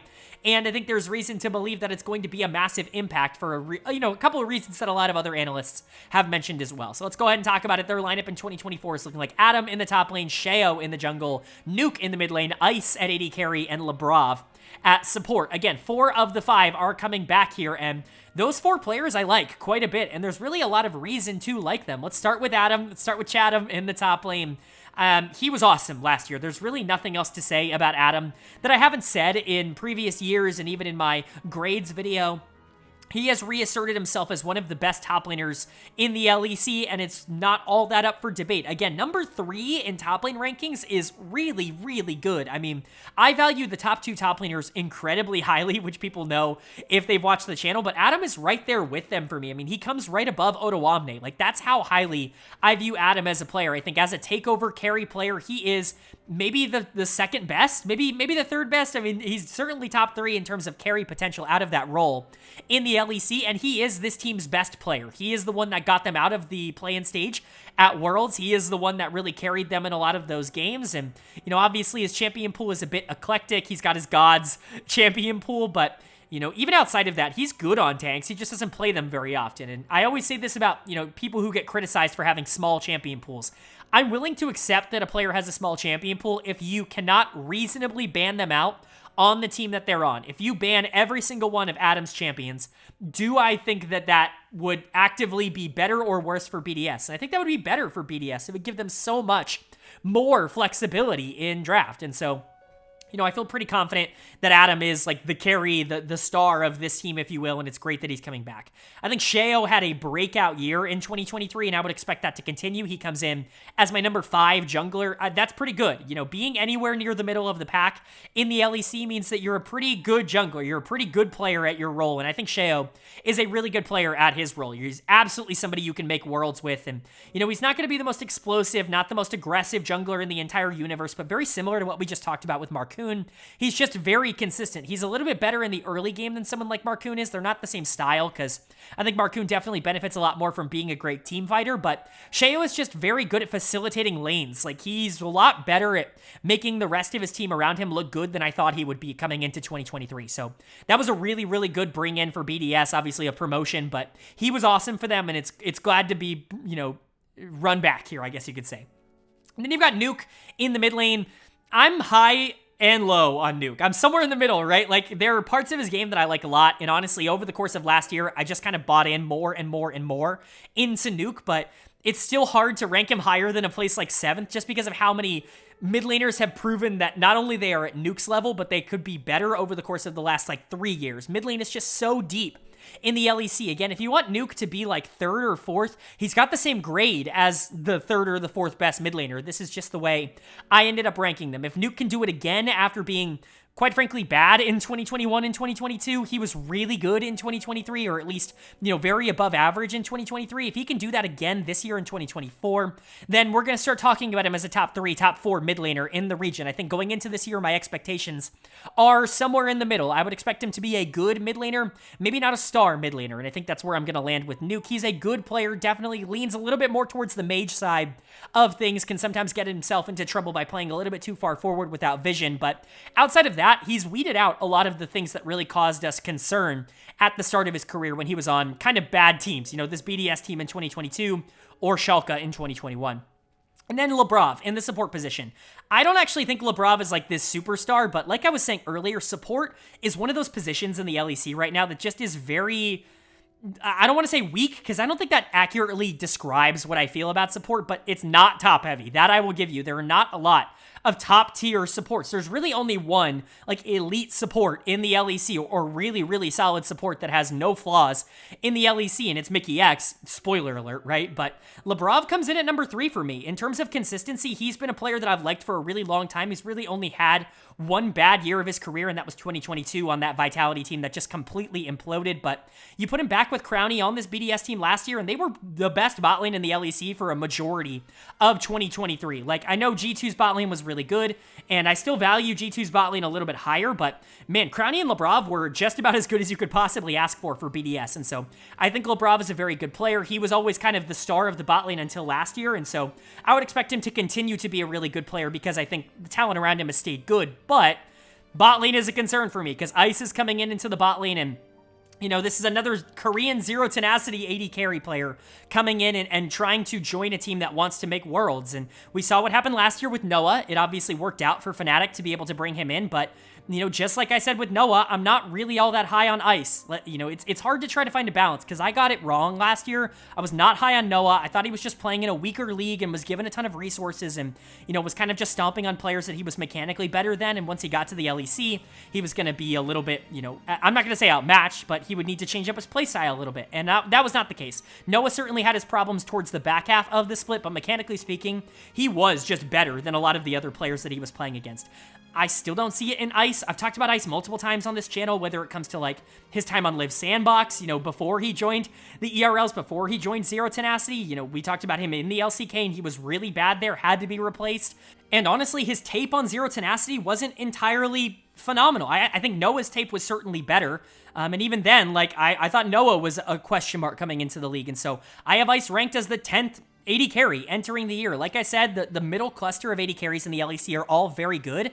And I'm just not sold that Ice is going to be in that cluster immediately, and especially considering the fact that Crownie reportedly was the big shot caller, the big decision maker on this team for most of the year last year, replacing him with a player who not only has never played with anybody on this team before, but is also not a native English speaker, is an import, a Korean import. You know, there are concerns with whether or not the dynamic of this team is going to change a lot. I think the talent on this team leads me to believe that it's very hard for me to place them below number 5 in terms of these rankings, because I do think Ice and Labrov could be a good bot lane. And if they're a good bot lane, like, topside's good. Adam and Sheo are going to be phenomenal, and Nuke is a very stable mid laner. Like, this is going to be a good team if Ice is good, but that's the prereq. Like, that's the thing you have to hit if Ice is good. If Ice is good, BDS can win some games, and I'm just not sold that that's going to happen just yet. They actually ranked a little bit higher in terms of true talent value, but I have some personal major question marks about whether or not this team is going to perform. So for me, they come in just outside the top 4 for now, with the expectation that obviously internally they probably want to make that top 4. And now we get to break into the top 4. And if you're a fan of the format, you know top 4 is a pretty big deal in the LEC. This is playoffs in the LEC. This is not group stage. And this is my prediction for the top 4 teams in the LEC by the end of the group stage. These are the 4 teams that I would expect to have the highest floor. And they are the 4 that I would project to be able to make that top 4. So let's go ahead and jump right into it with number 4 on that list, and that is going to be Team Vitality. Maybe I'm going to get burned for picking Vitality, but man, I like this team, and I really shouldn't. Almost everything on this team points to it not working out. Like, basically everything on this team points to it not working out, and yet here I am. Here I am sitting here and telling you that I think they're going to finish in the top 4. First of all, it's Vitality. It's an organization that has not been able to live up to expectations ever, basically since they broke expectations, in 2018, making that Worlds run with, you know, Jizuke and Yamato on the squad. Ever since then, they have tried to be a super, you know, high-profile team, and they've just never gotten it right. And also, this team reminds me so much of Excel from last year, and that's not good, man. Like, that's really not what you want to hear going into a year when they finished 10th in the first 2 splits. And so, you know, there's a lot of things pushing against my, you know, brain saying that this will be a top 4 team, but I just can't deny that I have to put them in here at least for now. So let's talk about it. Their lineup in 2024 is looking like Photon in the top lane, Douglas in the jungle, VTO in the mid lane, Karzi at AD carry, and Hylissang at support. I already know people are mad about the numbers on the screen right now. I already know people are like, Karzi 6, Hylissang 2. You must have, did you even watch the games? That's a very popular comment I get. Did you even watch the games? I don't know, man. I've got a whole channel of me watching the games. Did you watch the games? I don't know. But anyways, I know that this is not going to be a particularly popular ranking for a lot of these players, but I truly do value a lot of these guys super highly, and we have to remember positional value definitely exists here. You know, being number 2 in the support position is not as valuable as being number 6 in AD carry. It just isn't at the current moment. But let's talk about it. Starting with Photon in the top lane, the one import here and the one player that you're actually bringing back. Of course, Douglas played the final week of the season in the summer split for this Vitality team, but he didn't play before that. Photon's really the only player coming back from Vitality here. And yeah, if you're going to bring back one player from Vitality in 2023, it's Photon. It's absolutely Photon, and you don't have to think twice about it. I love this guy. I think he's so ridiculously good. He is kind of like what people think Bo is. I think in a lot of cases where people are like, Bo is this import who's just mechanically better than everybody and, you know, can be volatile, but for the most part is positive. Like, Bo runs into more problems. I think Photon is like exactly that. He dominates everybody in lane. He is a really good team fighter. He is the best split pusher in terms of like macro decision making in the LEC. He's just, I mean, you can make the argument he's the #1 top laner in the LEC. I think if I were more bold, I would make the argument that he was the #1 top laner in the LEC. I'm not going to do that. He's going to come in at number 2 for me, but to be able to bring him back is amazing, and he is really a building block that you can build an entire team around. You should give him resources at every available opportunity. He really is that good. He is an A caliber player. I think I give him a B+ value grade, but that's because, again, he's an import. An import knocked down the value grades in those previous videos. He's an A value player in terms of what he actually offers on the Rift. And then you've got Douglas. He's the only other player who actually played with this team last year, and Douglas is the concern for this team for me. He comes in as my number 10 jungler.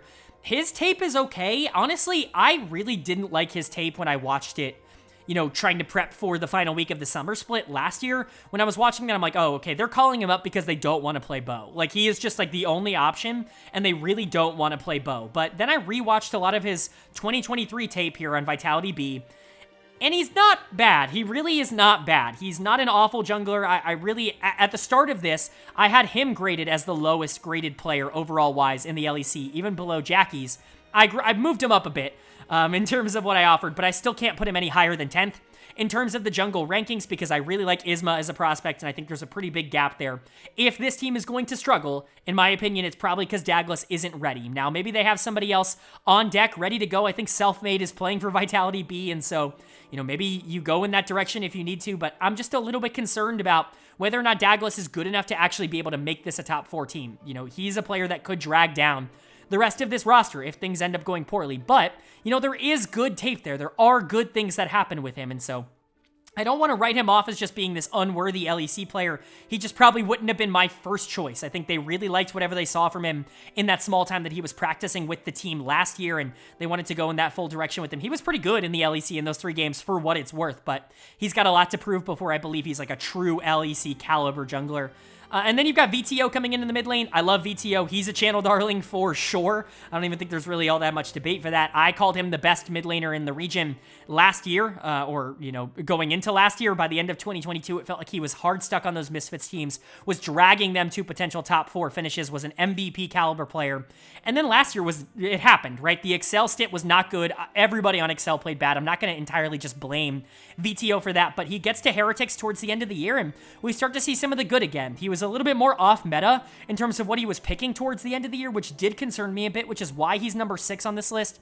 If you wanted to put him at number 7, if you wanted to put a player like Nuke above him, like, yes, like, absolutely. Honestly, I'm kind of shocked I had the balls to put VTO at number 6 in this video, but here we are. I've already made all the graphics. I'm not going to do it again. VTO is a good player, and I really like, you know, what he offers. If he can get back to the form that he was at on Misfits, that's a top 1 or 2 mid laner in the LEC, and that's really going to change. If you have, like, prime VTO and prime Photon here, like, this is not a top 4 team. This is a top 2 team. Like, that really is going to be the difference maker, but you're just hoping that maybe some of the concerns that you saw with him last year aren't real. I'm a little bit worried that they are, which is why I'm erring on the side of caution with 6, but, you know, it's certainly something we're going to have to wait and see. And then you've got Carzzy and Hilly coming straight over from Mad Lions here. Carzzy really broke out towards the back half of 2023, or I guess re-broke out, and now he's coming back to Vitality after he went back to Mad Lions. Kind of funny, the ping-ponging he's doing between the 2 yellow teams in the LEC, but You know, Carzzy was awesome towards the end of summer. I think the thing that people forget is that he was really, really bad in winter and spring. I mean, when the team was good, he was the albatross. And I don't think a lot of people remember that. Like, even in the finals that they beat BDS in,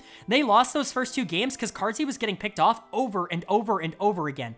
I like Carzzy. I think he's a fine player, but he falls into this cluster of AD carries that are super volatile and not consistent. And I really just think that there's really no other way to look at Carzzy. If you look at the last time he played for this org, played for Vitality, he was really bad. Like, he was a bottom 3 AD carry in the LEC. And honestly, for most of 2023, he was a bottom 4 AD carry in the LEC. And so, yes, was he a top 3 AD carry in the LEC in summer? Yes, he was. He was really good. He was probably the best player for that team. But you got to take more into account than just the most recent thing. Recency bias absolutely can exist, but it can't be the entire story. And I think a lot of people have kind of taken that over for Carzzy, which is why I'm a bit more concerned. And I think the same thing can be said for Hylissang, who comes in at number 2. They basically swapped talents towards the back half of the year, where Carzzy was really bad at the beginning of the year and Hilly was really good at the beginning of the year, and they kind of flipped. Carzzy started playing really well and Hilly started not playing as well. I'm going to expect Hilly to be fine because it's Hylissang, and again, for most of 2023, for winter and for spring, he was a major driving force for why Mad Lions was as good as they were. And so,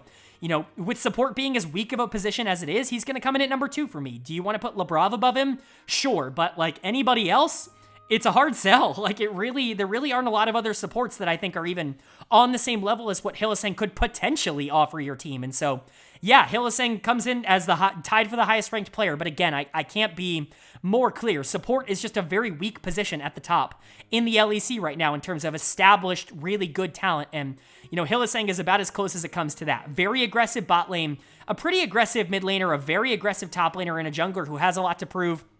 This could really work out. Again, the talent, the mechanical talent on this team is super high, but there are a lot of reasons to be scared. This is why I'm meeting in the middle. I think this could be a top 2, top 3 team if everything works out, but this could be 10th. I mean, genuinely, this could be a team that goes 10th because this looks like Excel from last year. I mean, an established, really fun top laner that's coming off of a really good year.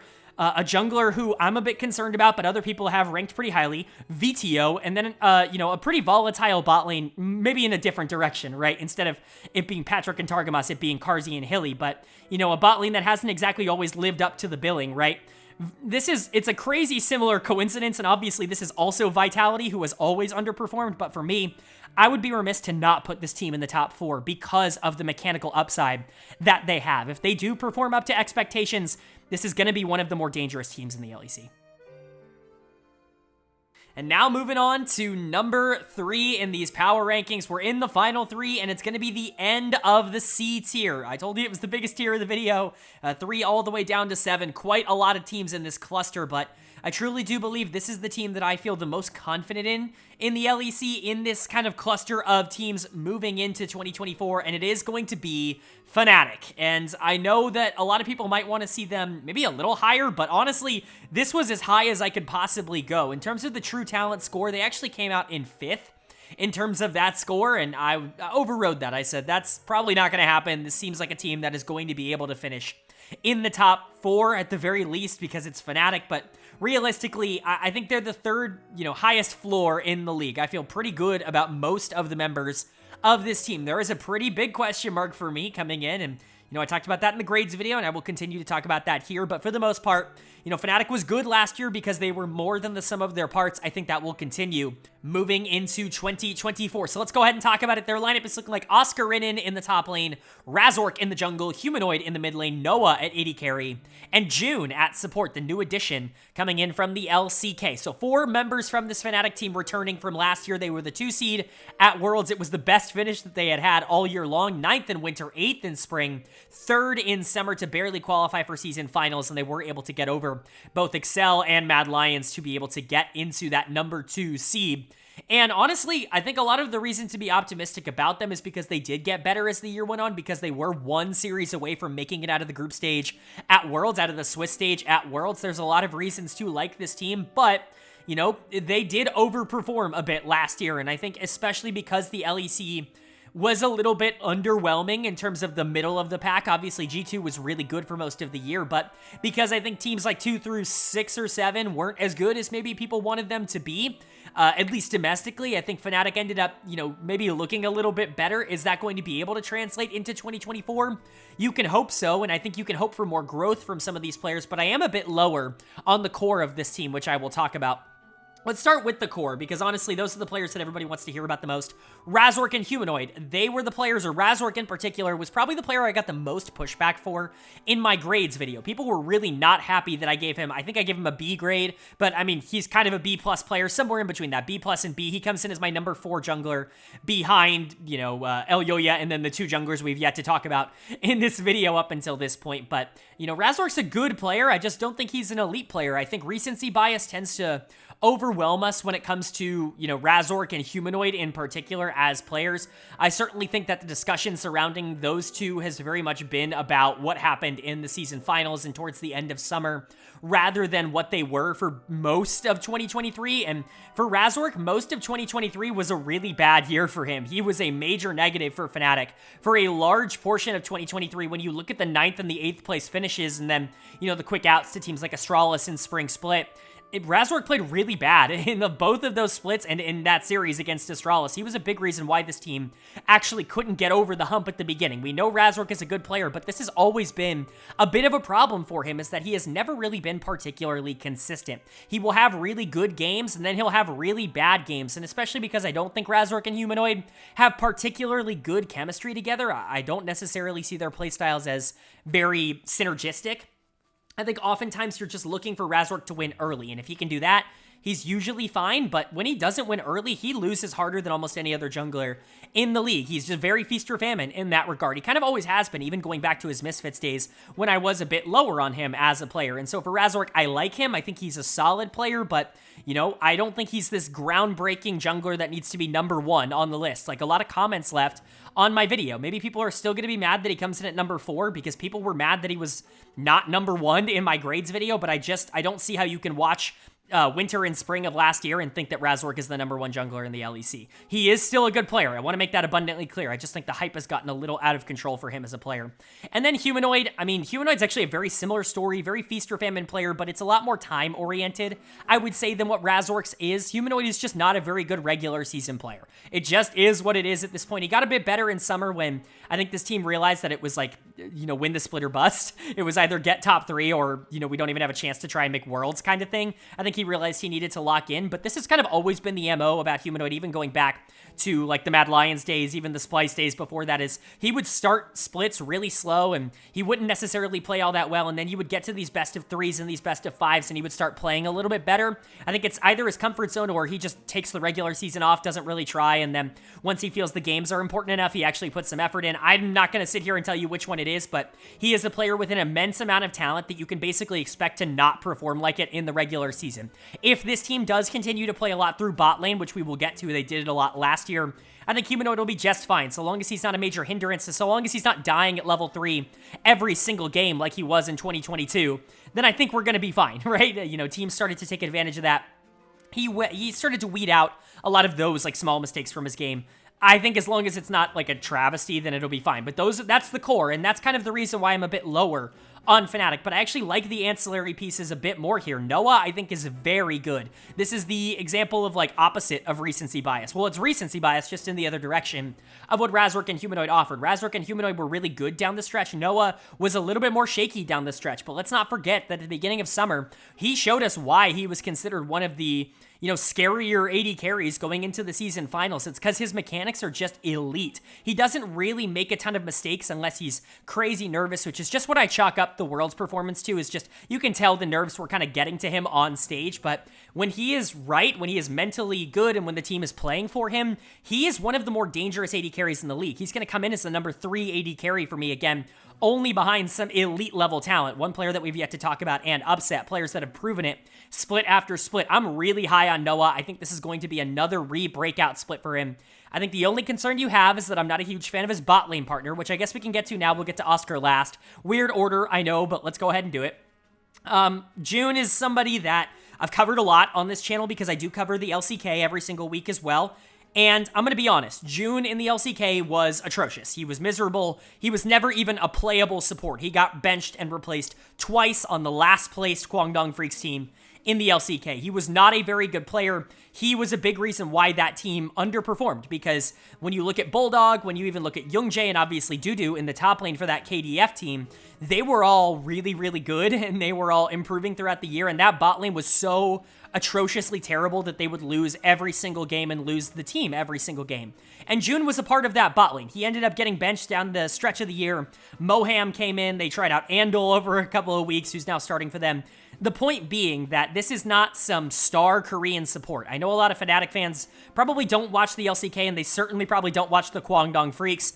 And so here's your scouting report. June is an enchanter kind of player. He came from DRX's academy, which is usually a pretty good sign for players in the LCK. A lot of really good talent has come from DRX's academy, but he got a shot on KDF last year and was, one of the most destructive lanes in the entire league in terms of detrimenting his own team. And you're just hoping that he can be slightly better. I think, talent-wise, obviously the LEC isn't the LCK, so you can hope that maybe mechanically speaking, he can compete a little bit better, but I'll be honest, he was a C- grade in my LCK video. He got a C+ grade in terms of the LEC because I'm giving some of the benefit of the doubt to Fnatic and to Noah, who clearly wanted to play with June, but everything we've seen from June at a high level has been bad. It's not just been not good, is my point. It's been bad, like unplayable bad, and so hopefully he can be a bit better than that, but until he proves that, he's going to come in as the number 10 support because his tape is just miserably awful. And then you have Oscar Rinnin in the top lane. Kind of weird to end with him, but Oscar's fine. He's a solid player. He's a little bit more feast or famine than maybe some of the other top laners that are around him. I put him above people like Shigenda and people like Irrelevant. I'm not sure I'm quite there yet. I think this is a bit of a benefit of the doubt ranking. He's probably closer to 8 than he is, to 6 in my real mind, but for now he's going to come in at 6 because I do think he will perform like this as we get closer into the year, but he's got a lot to prove. He was really good down the stretch and he got better game over game over game. He was miserable, obviously, when he was inserted into the spring split, but he was also asked to play a style that he's just not very good at. He's not a tank player. He's not a weak side, top side, kind of player. He's not Otoamne. He's not Irrelevant. He's not that style. He really wants to be on carries. He wants to be given resources, and they didn't really want to do that at the beginning of the year, but they slowly started to increase his, resource count as the year went on, and I think also he got more comfortable playing weak side. He started to learn how to play weak side, and I think get more comfortable playing against really good top laners in those matchups, and just generally, I think, got better. He's still a long ways away from being a superstar. He's a good player. I just think we're waiting on that breakout for him to turn into, a really good player. I don't know if that's going to happen this year, but I think it's definitely possible for him. His mechanics are really good, and honestly, I would like to see this team play towards topside more. I don't think it's going to happen. I think they're going to play to mid and bot pretty much 95% of their games, and maybe 5% Oscar gets a bit of an advantage because he got last pick in draft, and they wanted to play towards that, but I would expect more weak side top from Oscar, and hopefully he can continue to grow on it like he did last year, but in general, Fnatic is a really well-rounded team. I know it doesn't necessarily feel like it in the way that I talked about them because I'm a bit lower in Razork and Humanoid, but I can't stress enough, 4 and 5 in those positions is still really good. I just don't consider them to be the elite of the elite. I think both of them are very inconsistent, and this team is going to lose games against teams that they have absolutely no business losing to. Fnatic does it every single year, and there's really no reason to believe that it's not going to happen again in 2024, but I think there's enough firepower on this team that especially once they start getting to some of the games that matter more, if they can qualify for top 8, I think those best of 3s are going to be really good for them,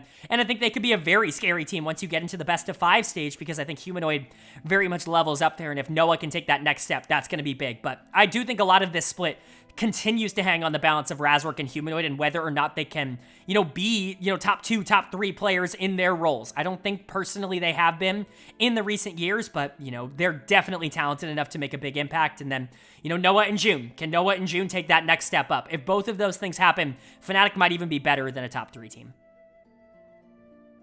That's going to bring us to our final 2 teams in today's video. It's the top 2 teams in my power rankings, and I'm not sure if this is controversial. I've definitely seen, some variable takes on who number 2 should be, but for me, all by themselves in the B tier, coming in at number 2 in these power rankings, it is going to be Team Heretics. I think that from a roster construction perspective, I just would be so shocked if this roster wasn't competitive for this year. I think, obviously, you can talk about the fact that it's, 4 former G2 members, 3 of them having, played together in different incarnations, 2 groups of 3 of them having played together, and then the support at the time who was considered the best. But, even outside of that, I think playstyle-wise, they match up really well as a unit. There's a reason these guys worked super well when they played together. I think talent-wise, they're absolutely there. None of them have been, best in their position, maybe with the exception of jungle over the past few years or splits, but, I mean, they're all... I would expect all of them to have bounce-back splits. I'll just say that as we go into 2024. So let's go ahead and talk about it. Their lineup is looking like Wunder in the top lane, Jankos in the jungle, Perks in the mid lane, Flacket at AD carry, and Kaiser at support. Of course, only 2 members of this team returning from Heretics in 2024, or at least the revamped version of Heretics at the end of 2024 in that summer split, when they narrowly almost got top 3 in that series and almost made the season finals. They ended up getting 4th, which did not give them enough points to be able to qualify, so they weren't able to make a potential Worlds run, which I think theoretically could have been possible for this team, but they wanted to go in a different direction, and let's just say a big direction, because they went out and got some of the biggest names in the LEC, and usually I try not to buy into these big name groups, but I actually think from a roster construction standpoint, this was a really good offseason for Heretics, not only for building fans, but for building something that could be very successful, being a potential finals team, in my opinion here. So let's talk about the 2 players that are staying. Jankos is, so to speak, the franchise player for Heretics here, if you will. He is the only player who was on this roster at the start of last year as well. Of course, Flack had played for Los Heretics, but, he took a little bit of time to end up getting back here to the LEC. So Jankos is really kind of the franchise player here, and he is a phenomenal franchise player to have. Honestly, I was surprised that he signed with Heretics last year instead of just streaming full-time, because it felt like he wasn't really going to be able to compete at a high level because this team wasn't very good, and I imagine he would be a very lucrative streamer, but he wants to keep competing, and clearly it ended up working out for him. It was just a 1-year-long investment. He was awesome last year. I do think, and this is where it gets a little controversial, I do think that some of his accolades last year were a little bit overstated. He was very good for Heretics, but I saw people talking about him as an MVP or like the clear-cut MVP of the league. Wasn't even in the conversation for me. He just was a very good jungler on a team that desperately needed anything to be able to win. He was elo held for the first 2 splits, and then he got some talent around him, and they were able to win a lot of games, and a lot of it was because of him. He still is one of the best junglers in the league. If you wanted to put Jankos as the #1 jungler in the LEC, I'm not going to fight you. I'm really not even going to fight you at all. I probably should have him at #2, and I probably should have the final jungler at #3, but for me, just right now, he comes in at #3 because I think he was the 3rd best jungler in the LEC in 2023. Do I think he could be the #1 jungler in 2024? Absolutely. In fact, honestly, I would more so expect that he would be #1 than he would be like #4, #5, or anything like that, than any regression, if that makes sense. I think this is going to be a phenomenal year for Jankos. And then also Flacket's coming back here. He played in the summer split, like I said, got called up because Jack Spectra just didn't end up working out. Really, unfortunate case there. He was awesome, by the way, for Heretics Academy down in the LVP. That's besides the point, though. Flacket was actually way, way, way better than I thought he was going to be. He tore up the ERLs. Like, he tore up the Spanish League for the small amount of time that he was playing in there. At the beginning of 2023, he was so clearly the best player in that league, maybe outside of Supa. And then he got the call-up midway through the year, towards the end of the year for Heretics, and you know what? He was everything that this team wanted him to be and more. Week 1, he dominated all 3 games this team played. I remember him just coming in week 1 of summer and just obliterating everybody, getting a pentakill in that final game, just looking fantastic, being the player of the week for the entirety of the LEC with the team going 3-0. He looked fantastic. He wasn't able to keep up that momentum throughout the entirety of the split. He was a little bit less good down the stretch, but honestly, he's definitely showed enough in summer to be like, yes, put him on a super team. You can win the LEC with Flacket. I believe that. He comes in at #7 because, again, he only did it for like half of 1 split, which is really not a long period of time. He did it for like 3 weeks, but those 3 weeks were so good that he deserves to be above some of the players that have some less credibility. He's above a player like Comp, for example, and I think that that's deserved. But the other 3 players are coming in from different locations. Wunder coming in after essentially being benched last year. He played in Winter, and Fnatic completely shit the bed. They were the 9th place team. They were not very good. He ends up getting benched for Oscar Rinnan, who we just talked about. Doesn't end up playing until the season finals when Oscar actually needs surgery, and so Wunder comes back in for an injury replacement, and Wunder was awesome in the season finals. He was better than Oscar for Fnatic, and I really believe that. He's coming over here to Heretics. He's slotted 1 spot above Oscar Rinnan because He really was just better than him in the small time that he played. Wunder showed why, we considered him one of the best top laners in the league for a long time. And honestly, there isn't a lot stopping me from just saying he's going to get guaranteed back into that top 1, 2, or 3. I know the top 3 is really, really good right now. Like, we'll talk about, number 1 in a second, but, we talked about Photon, we talked about Adam. Those are really, really good players, but Wunder could absolutely be better than both, and I wouldn't be surprised at all. This is a great addition. Again, synergy is really good between these players. They played together before, but, Wunder's a very, very good player, and I think generally speaking, this is a big win for Heretics to be able to bring him in. And then you've got the 2 Vitality players. Perkz is going to cause some controversy with his ranking coming in as the number 3 mid laner because people do not like Perkz. It feels like public perception is very much turned against a very popular player in Perkz. And it's very funny because I was kind of on the, I've always been on the Perkz train in terms of his talent. I always thought he was the best mid laner in the LEC outside of Caps. It always felt like that was very clear to anybody watching. And then he goes to Vitality, and it feels like his reputation just kind of tanks. And, a lot of people start to call him out for not being very good. Well, 2022, his first year on Vitality, in my opinion, he was the runner-up to the MVP. And the only reason he didn't win it over Nisqy, in my opinion, in that summer split is because he had a bad final week. And Vitality didn't make playoffs. If Vitality made playoffs like they were supposed to, I think Perkz would have been MVP of the summer split in 2022. He was that good. And honestly, at the beginning of 2023, he continued to be that good. Very similar arc to what I talked about with Nisqy, except I think Perkz is a more dominant lane-oriented player, which gives me more confidence that it's going to be repeatable basically no matter the team that he is on. I like Perkz a lot. I get it. The back half of 2023 wasn't very good, but his negatives have always been more related to team performance than they have individual performances. It's him trying to do too much in bad situations. I'm not going to fault Perkz. I think this is going to be a big year for him as a player.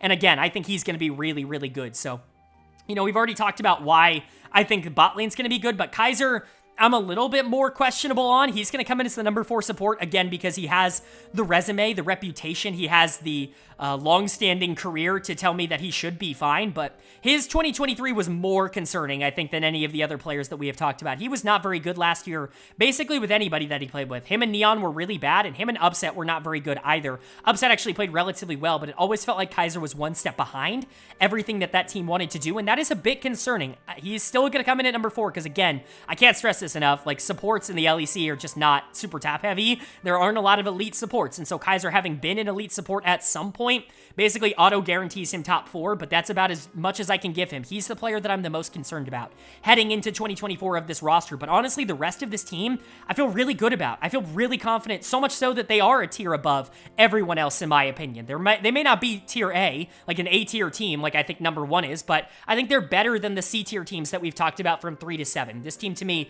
very easily comes in at number 2 in terms of my floor rankings, and I would expect this, if everything goes right, to be a finals team this year at least once, if not, competing to actually win a trophy should everything go right. I like the construction of this roster. I do think they are more than just the names associated with some players that played for G2. I think this is going to be a really, really good team, and I really commend Heretics for going out and getting a roster like this. And now we get to our final team in this primer video. It's the number 1 team in the league. It was the number 1 team last year, and I think it's basically everybody's number 1 going into 2024, and if it's not, you're just being contrarian. What are you doing? This is the best team on paper. It's G2 Esports. They are the kings of Europe. They re-cemented themselves as such in 2023, and they were able to bring back all 5 members of that team into 2024.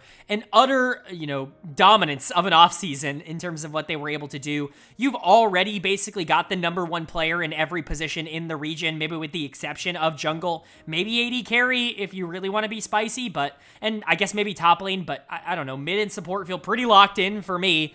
And at worst, like, you've got a top 3 player in every role. This is the most dominant team in the league. If you can't tell, I've been talking about it throughout the video. The LEC in general got weaker. I think this offseason, because of the salary cap, I think it got more interesting. You can say that, basically 2 to 10 is kind of a cluster that could all kind of go in any direction, which makes the league more fun to watch. But basically every other team had to make a concession somewhere, you know what I mean? Heretics doesn't have a very proven bot lane. Like, Flackett's gonna be able to have to perform. Fnatic brought in June as a support, who I'm not very high on, the 10th rated support. Vitality's got my number 10 jungle. Even BDS has my number 10 rated AD carry, right? Like, a lot of the teams that are actually competing at the top of the standings have a pretty big weakness, G2 just doesn't have that. They are so good across the board, and that's what makes them such a clear-cut number one team. They're my only team in the A tier, and honestly, if you want to be more precise, they're more so in the S tier than they are the A tier. I think they are 2 tiers above everybody else in terms of what they are on paper. So let's go ahead and talk about it. Their lineup is looking like Broken Blade in the top lane, Yike in the jungle, Caps in the mid lane, Hansama at AD carry, and Mickey X at support.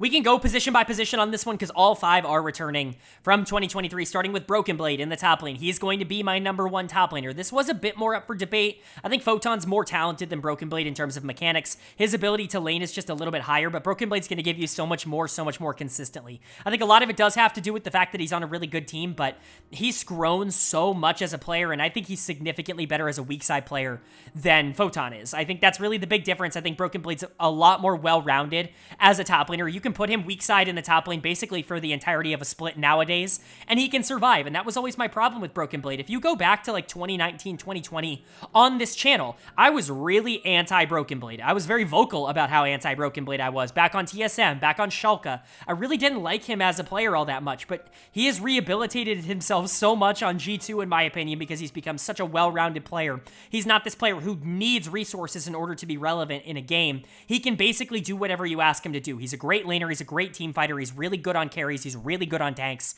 It just doesn't matter. He's very, very complete, and that to me is the number 1 top laner in the region. I think you're going to be super happy with him.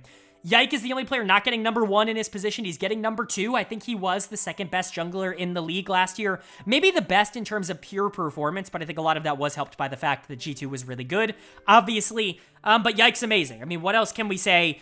He was so much better than I thought he was going to be. Some people were talking in the winter split about how, oh, Caps needs to play Zac and Sejuani mid in order to allow Yike to actually play carries in the jungle because he can't do the other thing. Well, you look at Spring and look at Summer and look at Worlds, where Yike basically exclusively played tank engagers and he was awesome on them. Whatever champion pool problems he had at the beginning of the year or whatever playstyle deficiencies, the team clearly thought he had because they wanted to go in a certain direction, those are gone. He's become a very versatile, very well-rounded jungler, and I think he's only going to get better.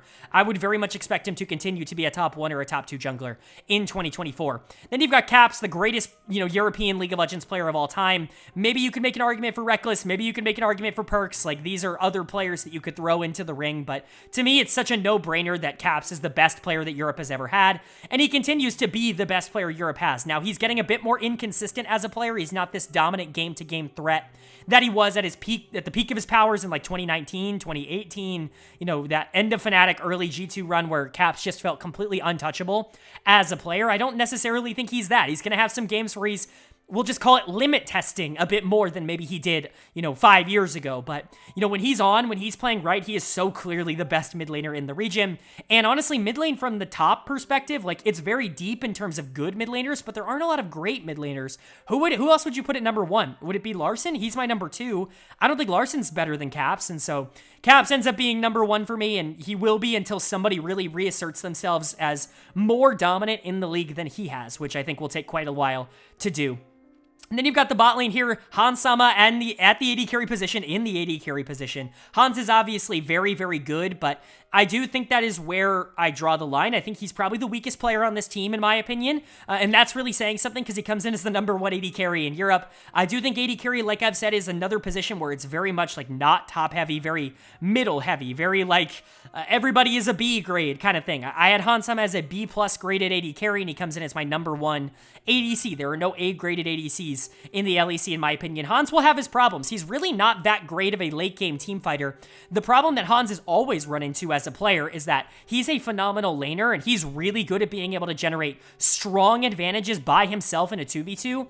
But when he can't do that, he's really not that much better at everything else than anybody else in the league. He's kind of just average at everything else. It's really been his laning and his snowball ability that has made him one of the scarier ADCs, and it's why he dominates in the LEC, because his team invests into him a lot in the early game, and he's just kind of allowed to do his own thing and snowball the game out of control, which is obviously good, but, there is a concern that that is not going to be able to be done every game, and that's kind of what we saw at Worlds, and it was kind of the reason this team underperformed at Worlds, and so hopefully you can get some growth in the mid to late game, but honestly, I think we kind of know what Hansama is as a player at this point in his career. And then Mickey X is here as well. He was the MVP of the LEC last year, and I don't think really anybody would debate that. He was the single best player in Europe in 2023, ranks as the #1 support, and he is, like, by far the best support in the region. I mean, I have #2 as Hylissang, who is very inconsistent. Like, Mickey is the most dominant support by a large margin in the LEC. The gap between him and every other support is just,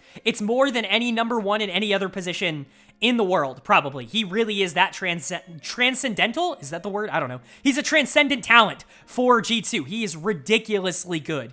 And this team's obviously happy to have him. If he can even partially repeat the year that he had in 2023, this is going to be the best team in the league by a country mile, because he was the best player in the LEC by a large margin. And so, you know, I know it's the shortest segment that I've had, but there really isn't a ton to talk about. If you watched G2 at all last year, if you've seen G2 at all over the past decade, you know that they are the favorites going into the split, the season, everything. They should be the #1 seed coming out of Europe when it comes to Worlds and MSI time. If they're not, something has gone horribly wrong, but those kinds of expectations can be a bit dangerous. There are a lot of interesting, hungry teams, but I think in terms of talent, it's pretty clear who's going to be #1, at least at the start.